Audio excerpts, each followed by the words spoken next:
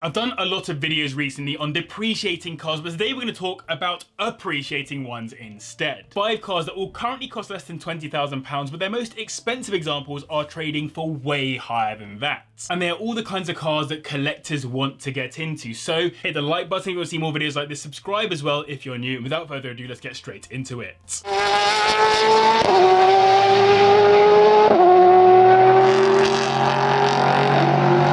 Now, I know I said this video is about 5 cars, but actually the first car I want to talk about isn't just one car, it's 2, both the DC2 and DC5 generations of the Honda Integra Type R, an iconic Japanese sports car that is incredibly rare here in the UK, has a bit of a cult following, but most importantly was underrated enough to get it to a position where today prices are starting to bump back up again, at least from what I've observed. So nowadays you'll find these listed anywhere from around the 13k mark, and at the upper end you can get them for around the 45k region, showing just how much the condition, mileage and history of a collector's car can affect prices. Even worse, one DC2 sold in the US for over $150,000, which is just ridiculous money for a car that was a hair over 22k new in 1997. Anyway, the DC5 comes with a 2-litre inline-4 engine and a special one at that, the K20, which puts out 220 brake horsepower, taking it to 60 in 6.5 seconds, so yes, though it is the least powerful and slowest car on the list,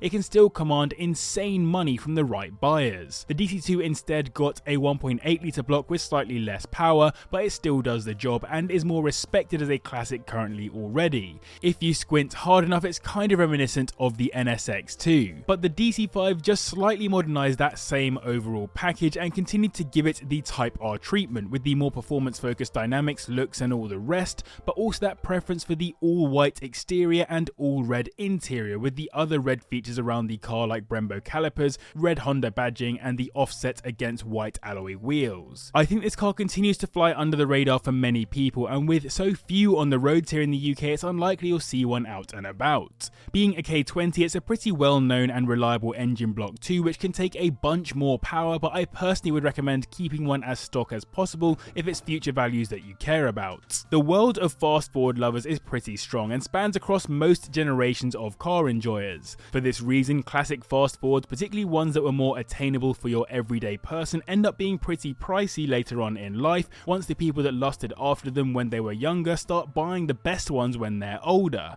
In 2023, a Sierra Cosworth RS500 sold for almost £600,000 at auction, which is a testament to this, and look at the price of Escort Cosworths and the old Mark 1 and Mark 2 Escorts, it's all the same story. So it stands to reason that the Ford Focus RS might do the same, specifically in this case the second generation, which was the first gen to actually have some optionality to it, given the first gen actually came in just one spec.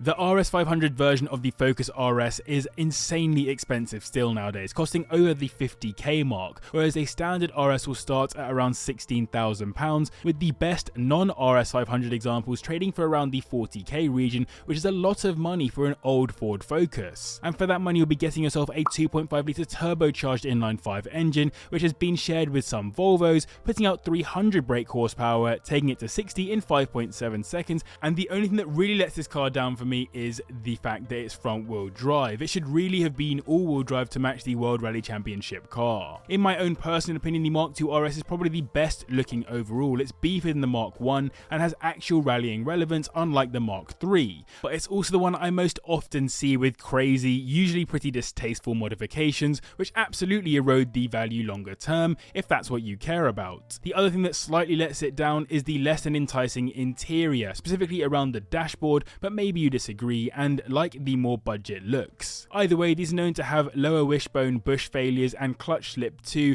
as key common problems to be aware of. It's an unusual one taking third on this list, and an exceptionally rare one at that, the Nissan Sunny GTI R, which is often referred to as the hot hatch Godzilla, referencing its similarities to the R34 GTR. The Sunny is the legit UK manufacturer import of this car, elsewhere it was referred to as the Pulsar, and so you can actually buy right hand drive Japanese examples of it here in the UK, and even those are worth a small fortune, but the actual British imports are like hen's teeth, and you rarely see them come up for sale. Like the Focus RS, this car came with a lot of rallying pedigree, as well as a 2-litre turbocharged inline-4 engine, making 220 brake horsepower, taking it to 60 in 5.3 seconds, which is pretty sick for a car of its age. It would have embarrassed a lot of other cars out on the roads at the time of its release, helped of course by the fact that it's all-wheel drive, unlike the Focus. Today, if you want to get into one of these, you will be looking at around our 20k limit, despite the fact that a couple of years ago I was seeing plenty available under the £15,000 mark. There is a UK Sunny out there for sale at the time of making this video, and it's up for £30,000, which is a lot of money for a small old Japanese hot hatch. Now remember I said rallying pedigree, it was actually pretty unsuccessful in the World Rally Championship, as the entire rallying effort was abandoned after just 9 manufacturer supported rallies, but they did have some success in regional championships, including Alistair McRae winning the 1995 British Rally Championship for example. I love that some of this rally inspiration carries over to the road car, including stuff like the fog lamps on the front, the aggressive bonnet scoop, and the slightly more bare interior. All in, this is a proper collector's car for the future, hence the already aggressive prices. Rust is a key common problem on these, and clutches are also known to go on them. Watch out for tuned examples in particular, which can chew through clutches even faster. So I hope you guys are enjoying this video. If you're, then do hit the like button and subscribe as well if you're new, and let me know in the comments down below, what is the car that you missed out on, the car that you wish you bought and you didn't? Mine is the Impreza P1. I really should have bought it when I thought about it back in like 2016. In the war of Imprezas versus Evos, it's definitely the latter that has won the value battle, as Evos are getting increasingly hard to get your hands on nowadays and can reach ridiculous values depending on what you're buying. A nice Tommy Mackinnon edition will cost you well over 60k, and low mileage perfectly kept examples are trading for over 100 grand. The Impreza has never gotten to such heady heights in terms of values, at least when it comes to the more standard models like the WRX STI.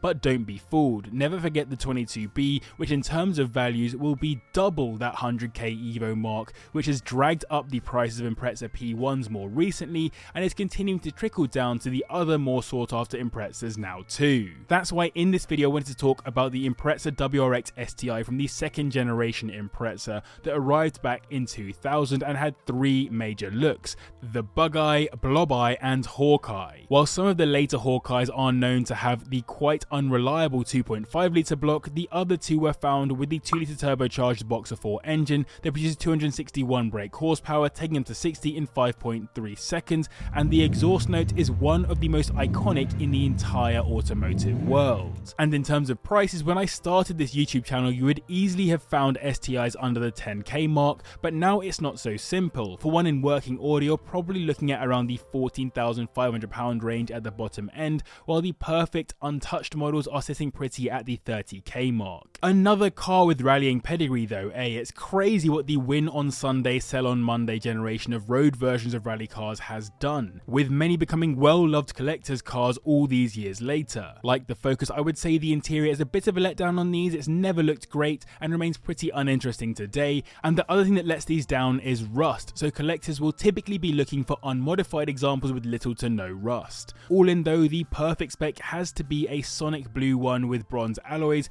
and all the rallying trimmings like mud flaps. When I first started making YouTube videos a bit over 5 years ago, you could very easily get yourself into a BMW E60 M5 for well under 10k. They had reached the bottom of the depreciation curve and people just weren't that interested in them, especially when the newer M5s were more modern looking, faster, more capable, more comfortable, more usable and all the rest. But I never really understood this. The E60 M5 has one of the most ludicrous engines in the history of the BMW brand, with an incredibly iconic sound. How could it be overlooked as a cheap depreciated saloon that no one cares about? Well, as the rarer estate starts to garner a bit more interest and go up in values pretty significantly, so has the saloon, and now cheapest prices that I can find these for start at around 16k, with perfect models going for upwards of £40,000, showing the true collector values of these things. And as I said, that value is in part thanks to its 5 litre V V10 engine, which makes 499 brake horsepower, taking it to 60 in 4.6 seconds, trouncing everything else on this list, and doing so in probably a more exotic way too.